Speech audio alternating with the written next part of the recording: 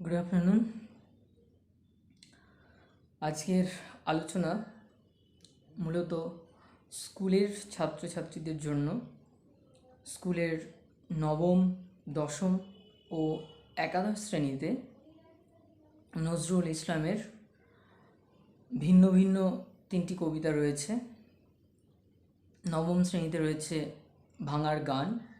এটি গান ও কবিতা দুটোই। দশম শ্রেণীতে রয়েছে প্রলয়োল্লাস। এই কবিতাটিরও রেকর্ড হয়েছিল গিরিন চক্রবর্তীর কণ্ঠে গান আকারে। একাদশ শ্রেণীতে রয়েছে দীপান্তরের বন্দিনী।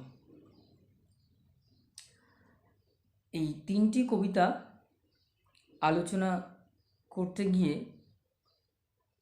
নজরুল ইসলাম সম্পর্কে যা যা বলা প্রয়োজন, যা যা প্রাসঙ্গিক, সেই কথাটুকুই বলার চেষ্টা করব। এক একটা ক্লাসের ছাত্রছাত্রীরা বলছো এক এক বিষয়ে আলোচনার জন্য। আসলে তোমাদের সঙ্গে এই পরিস্থিতিতে একটু আনন্দ ভাগ করে নিতে এবং যাতে করে তোমাদের চর্চাও বন্ধ না হয়, সেই জন্যই আমার ইউটিউবে এই ক্লাসগুলো দেওয়া। ইতিপূর্বে আমি কখনো কোনো ভিডিও ক্লাস বা আলোচনা কোনো দিন শেয়ার করিনি। তোমাদের ভালোবাসার কারণে চেষ্টা করছি, এবং অনেকেই তোমরা অনেক কিছু জানো। তারপরেও আমার এই যে সমগ্র বাংলা সাহিত্য, যাকে একটা বৃহৎ সমুদ্রের সঙ্গে যদি তুলনা করা যায়, সেই সমুদ্রের এক বিন্দু জল সমূহ আমার জ্ঞান নেই। সেই স্বল্প জ্ঞানের ভাণ্ডার থেকেই তোমাদের সঙ্গে বিষয়গুলো শেয়ার করে নেওয়ার চেষ্টা। যাই হোক, আজকের আলোচনার কেন্দ্রে যিনি রয়েছেন তিনি কবি কাজী নজরুল ইসলাম। কাজী নজরুল ইসলাম সম্পর্কে খুব ছোটোবেলা থেকেই তোমরা প্রত্যেকে পড়াশুনো করেছ এবং স্বল্প বিস্তার নজরুল ইসলাম সম্পর্কে সকলেরই ধারণা আছে, এবং তাকে তোমরা বিদ্রোহী কবি হিসেবেই চেনো। শুধু বিদ্রোহী সত্তা নয়, বিদ্রোহী সত্তার বাইরে আরও অনেক বড় পরিচয় নজরুল ইসলামের আছে। আর এই বিদ্রোহী সত্তাটিই বা কেন তাকে বিদ্রোহী কবি বলা হয়, বিদ্রোহের স্বরূপ কী ছিল তার, সেটা সম্পর্কে যদি আমরা সঠিকভাবে জানতে পারি তাহলেও দেখবে অনেক নতুন তথ্য বা কথা উঠে আসছে। যে তিনটে কবিতার কথা তোমাদের আমি বললাম, তিনটে কবিতা তিনটে ভিন্ন ভিন্ন কাব্যগ্রন্থের। তার মধ্যে দুটো কবিতা রচনার সময়কাল প্রায় কাছাকাছি। যেটি তোমার ভাঙার গান ও প্রলয়োল্লাস, এই যে কবিতা দুটো, একটি প্রলয়োল্লাস অগ্নিবীণা কাব্যগ্রন্থ থেকে নেওয়া হয়েছে। অগ্নিবীণা কাব্যগ্রন্থের যে 12টি কবিতা ছিল তার মধ্যে প্রথম কবিতাটি হলো প্রলয়োল্লাস, আর ভাঙার গান কাব্যগ্রন্থের প্রথম কবিতা হলো ভাঙার গান। প্রলয়োল্লাস যে কাব্যগ্রন্থ থেকে নেওয়া, অর্থাৎ অগ্নিবীণা 1922 খ্রিস্টাব্দে প্রকাশিত হয়েছে, আর ভাঙার গান কাব্যের প্রকাশকাল 1924। আর তৃতীয় যে কবিতাটি, যেটি একাদশ শ্রেণীতে রয়েছে, দীপান্তরের বন্দিনী, এটি ফণী মনসা কাব্যের অন্তর্ভুক্ত। এই কাব্যের প্রকাশকাল 1927, আর কবিতাটির রচনাকাল অর্থাৎ দীপান্তরের বন্দিনী কবিতাটির রচনাকাল 1924।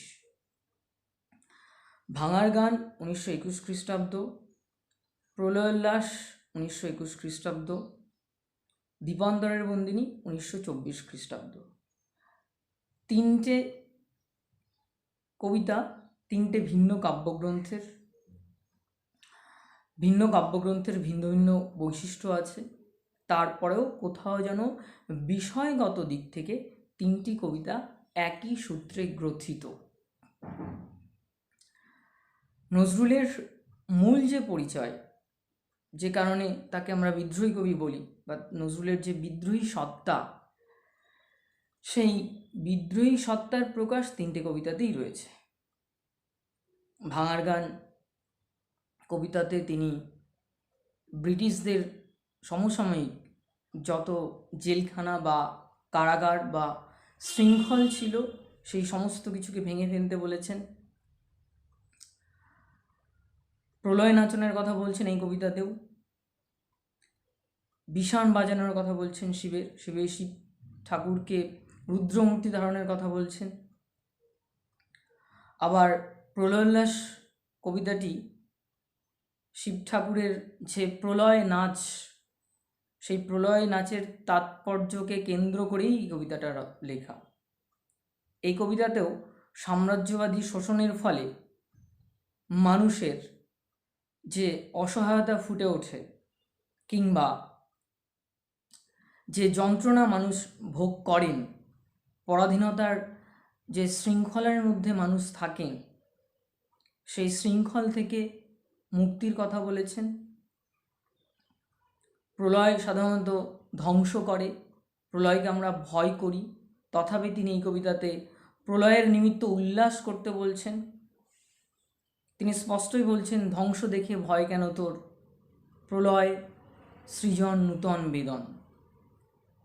আর দ্বীপান্তরের বন্দিনী কবিতাতেও ব্রিটিশদের সাম্রাজ্যবাদী শোষণের নগ্ন চিত্রকে তুলে ধরছেন, ভারত মাতার পরাধীনতার কথা বলছেন, সেই পরাধীনতার শৃঙ্খল থেকে কিভাবে বেরিয়ে আসা যায় সেই চিত্রকে তিনি এই কবিতাতে তুলে ধরছেন। এবং এই কবিতাতে রয়েছে যৌবন বন্দনার কথা। নজরুলের কবিতার বা কাব্য বিশিষ্ট একটি অন্যতম দিকই হল যৌবন বন্দনা। তরুণ শক্তির প্রতি তার গভীর আস্থা ছিল। তরুণ শক্তির প্রতি আস্থা বাংলা কাব্যের অনেক কবি দেখিয়েছেন। সত্যেন্দ্রনাথ দত্তের কবিতাতেও আমরা পেয়েছি।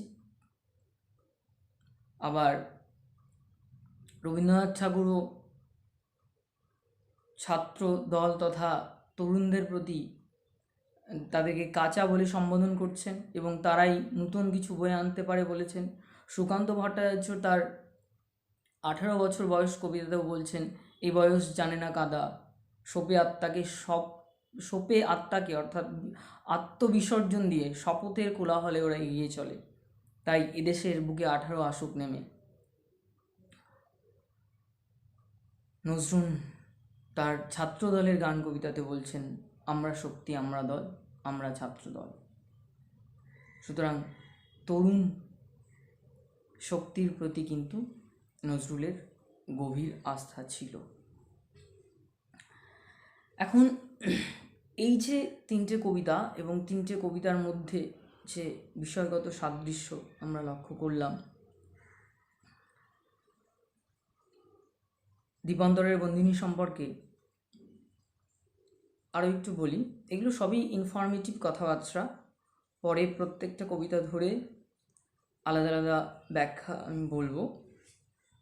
1924 খ্রিস্টাব্দের 24শে ডিসেম্বর বেঙ্গল অর্ডিন্যান্স অ্যাক্ট যখন চালু হয়, সেই সময় ব্রিটিশ সরকারের যে পুলিশ বাহিনী ভারত মাতাকে যে সমস্ত অসম সাহসী সন্তানরা স্বাধীন করার জন্য বা ভারত মাতার ললাটে স্বাধীনতার জয়টিকা পরিয়ে দেবার জন্য নিজেদের বিসর্জন দিয়েছিলেন, সেই সমস্ত বা আত্মত্যাগের ব্রতে দীক্ষিত করেছিলেন, সেই সমস্ত মহান সন্তানদের, বিপ্লবী সন্তানদের সুদূর আন্দামানের সেলুলার জেলে পাঠানো হচ্ছিল এবং ভারত মাতার অসম সাহসী সমস্ত যোদ্ধাদের সেখানে আটকে রাখা হয়েছিল, যে কারণেই ভারত মাতা দ্বীপান্তরে বন্দিনী অবস্থাতে ছিলেন। তো এই কবিতাটি রচনার কারণ হিসেবে নজরুল নিজেই বলছেন 1924 খ্রিস্টাব্দে কলকাতার চন্দননগরের একটি ক্লাব সরস্বতী পুজোর আয়োজন করেছিল, সেখানে নজরুলকে আহ্বান জানান এবং নজরুল সেদিন এই কবিতা পাঠ করেন। পাঠ করার পর পূর্বে বলেন যে বাগদেবীর আরাধনা কি করে সম্ভব। বাগদেবীকে মানে ভারত মাতার সঙ্গে তুলনা করে তিনি বলছেন তিনি তো দীপান্তরিতা, ভারতী ভারতে নাই, সুতরাং তার আরাধনা কি করে হবে। আর ভাঙার গান যে কবিতাটি বা গান, এই কবিতা রচনার যে পেছনে ইতিহাস রয়েছে সেটি হলো 1921 খ্রিস্টাব্দে। সেই সময় চিত্তরঞ্জন দাস বাংলার কথা বলে একটি পত্রিকা সম্পাদনা করতেন। তো চিত্তরঞ্জন দাস যেহেতু চরমপন্থী নেতা, তিনি স্বাধীনতা আন্দোলনের কাজে যুক্ত, তখন তাকে সেই কারণে কারাদণ্ডে দণ্ডিত হতে হয় এবং তিনি কারাতে থাকাকালীনই তার স্ত্রীকে বলে পাঠান, বাসন্তী দেবীকে, নজরুলের কাছে একটি কবিতা আবেদনের জন্য। একটি কবিতার ফরমাস নজরুলকে দেওয়া হয়। সেই সময় এই ঘটনা আমরা জানতে পারি মুজাফফর আহমেদ যখন নজরুল কারাবাস থেকে, নজরুল ইসলামও কিন্তু 1 বৎসর সশ্রম কারাদণ্ডে ছিলেন এবং তিনি নিজেও স্বাধীনতা আন্দোলনের কাজে যোগ দিয়েছিলেন। সেই সময় তিনি যখন স্বাধীনতা আন্দোলনের কাছ থেকে যখন তিনি প্রত্যাবর্তন করেন, ওই সময় মুজফ্ফর আহমেদের সঙ্গে, বিখ্যাত কমিউনিস্ট নেতা, তার সঙ্গে তার পরিচয় হয় এবং দীর্ঘ কথোপকথন। তারপর কমিউনিস্ট আদর্শের প্রতি আস্থা, বিশ্বাস মুজফ্ফর আহমেদের দ্বারা তিনি প্রভাবিত হচ্ছেন। তো মুজফ্ফর আহমেদের একটি কথোপকথন থেকে জানা যায় যে চিত্তরঞ্জন দাস বাসন্তী দেবীকে বলেছিলেন, বাসন্তী দেবী অনুরোধ করে সুকুমার রঞ্জন দাসকে পাঠিয়েছে নজরুলের কাছে একটি কবিতা চাওয়ার জন্য। তো তখন নজরুল এই কবিতাটি লিখে তাকে দেন। আচ্ছা, এই যে আলোচনা, যেগুলো তথ্য হিসেবে তোমাদের কাছে তুলে ধরলাম, প্রতিটি কবিতাতেই কিন্তু নজরুলের বিদ্রোহী সত্তা প্রকাশিত হয়েছে এবং ব্রিটিশদের প্রতি, ব্রিটিশ শক্তির প্রতি তিনি প্রতিবাদ জানিয়েছেন। ব্রিটিশদের যে অন্যায় অত্যাচার, তার প্রতি অত্যাচারের যে নগ্ন রূপ, সেই নগ্ন রূপকে তিনি তুলে ধরেছেন। নবীনদের আহ্বান জানিয়েছেন, তরুণদের আহ্বান জানিয়েছেন। আর বিষয়টা হলো নজরুলের মনন এইভাবে গড়ে উঠল কেন। এই শুরুতেই বলেছিলাম যে তোমরা বিদ্রোহী কবি হিসেবে নজরুল ইসলামকে চেনো। কেন তিনি বিদ্রোহী হয়ে উঠলেন, কেন তার এইভাবে কবিতা লেখা। বাংলা সাহিত্যে সত্যি বিদ্রোহের নিশান উড়িয়ে যে আত্মপ্রত্যয়ী তরুণ যুবক কবির আবির্ভাব ঘটেছিল, তিনি কাজী নজরুল ইসলাম। কেন? যখন উনি তার নজরুলের বিখ্যাত কবিতা বিদ্রোহী প্রকাশিত হচ্ছে, যখন আমরা নজরুলকে চিনছি, সেই সময় 1920 দশক, ভারতবর্ষ এক ঐতিহাসিক সন্ধিক্ষণে দাঁড়িয়ে। ভারতবর্ষের কৃষকদের প্রতি যে অবিচার, শোষণ, ভারতবর্ষে দানা বেঁধেছে বর্ণান্ধতা, জাতিভেদ প্রথা, বৈষম্য। আর ঠিক সেই সময়, সেই বৎসর 1919 খ্রিস্টাব্দের 13ই এপ্রিল এক নৃশংস ঘটনা ঘটছে। কী সেই নৃশংস ঘটনা? প্রত্যেকেই তোমরা জানো, জালিয়ান ওয়ালাবাগের হত্যাকাণ্ড।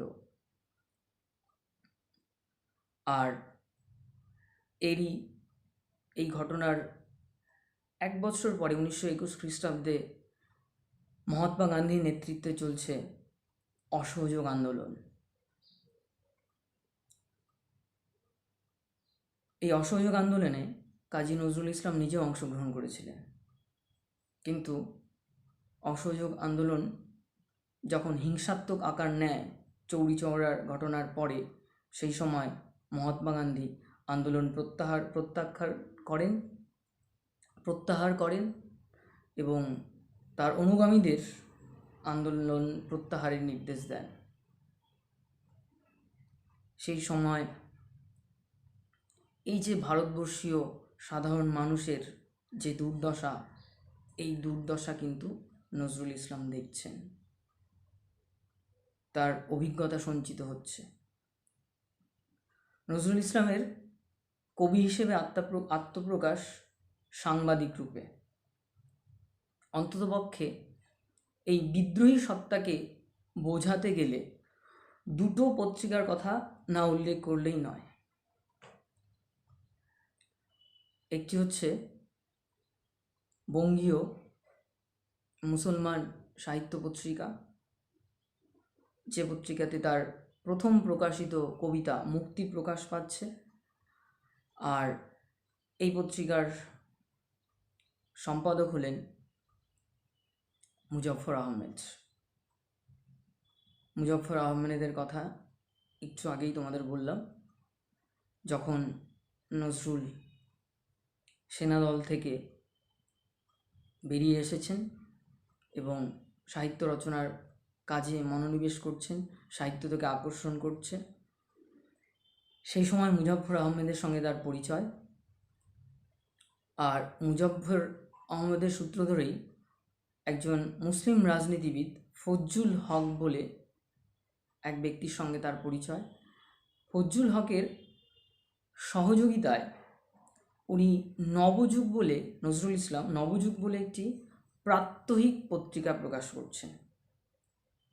সেই পত্রিকাতে প্রতিনিয়ত ভারতবর্ষের কৃষক ও শ্রমিকদের দুরবস্থার কথা, তাদের প্রতি যে অত্যাচার ব্রিটিশ সরকার করছে, সেই অত্যাচারের কথা প্রতিনিয়ত তিনি তুলে ধরছেন। ফলে এই পত্রিকা ব্রিটিশ সরকারের রাজরোষে পড়ে।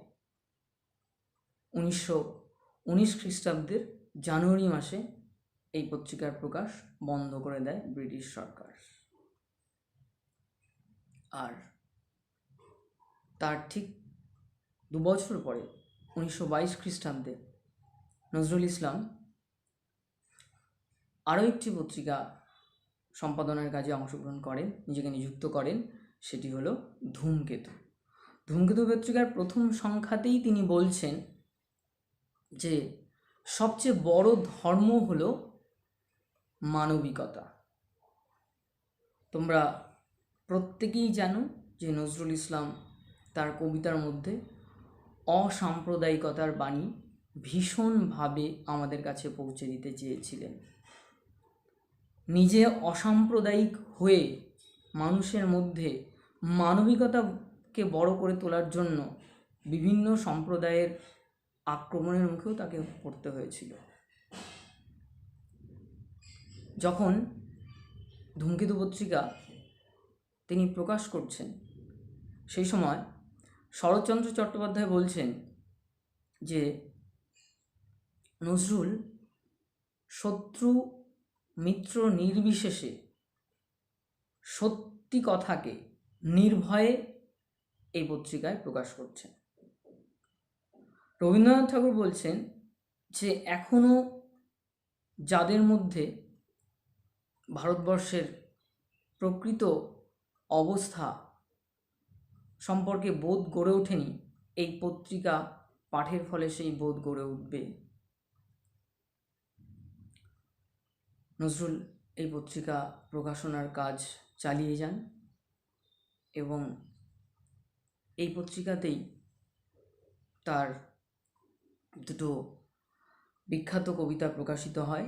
এবং এই যে সাম্প্রদায়িক বৈষম্যকে তিনি দূর করতে চেয়েছিলেন, অসাম্প্রদায়িক হয়ে উঠতে চেয়েছিলেন, সেই কারণে হিন্দু মুসলিম দুটো ধর্মকেই, দুটো ধর্মের বিভিন্ন দিককে একত্র করে কবিতা রচনার চেষ্টা করেছিলেন। সেগুলো তার কবিতাতে তিনি তুলে ধরেছিলেন, যেমন আনন্দময়ীর আগমনে, যেমন প্রলয়োল্লাস। আর তার পাশাপাশি মুসলিম ধর্মের যে বীর্যবত্তা, সেটাকেও তিনি প্রকাশ করছেন। এর ফলে কি হলো, তিনি যা চাইলেন তা তো তিনি পেলেনই না, তা তো তিনি পারলেনই না, বরঞ্চ একটি মুসলিম পত্রিকা তাকে কাফের বলল। আর হিন্দুরা, গোঁড়া হিন্দু যারা, হিন্দু বললে ভুল হবে, গোঁড়া হিন্দু যারা, তারা নজরুল ইসলামকে বর্জন করলেন, ত্যাগ করলেন। আর যেহেতু একই রকমভাবে তিনি সরকারি কোনো রকম বিধিনিষেধ না মেনে, সরকারি রক্তচক্ষুকে ভয় না পেয়ে, চোখ রাঙানিকে ভয় না পেয়ে তার লেখা চালিয়ে যাচ্ছিলেন, সেই জন্য আনন্দময়ীর আগমনে কবিতাটি প্রকাশের জন্য 1922 খ্রিস্টাব্দের নভেম্বর মাসে ধূমকেতু পত্রিকার প্রকাশ বন্ধ করে দিল ব্রিটিশ সরকার।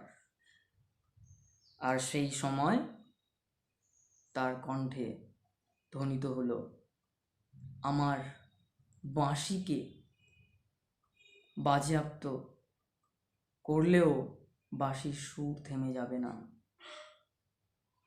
কারণ সুর বাঁশিতে থাকে না, সুর থাকে হৃদয়ে।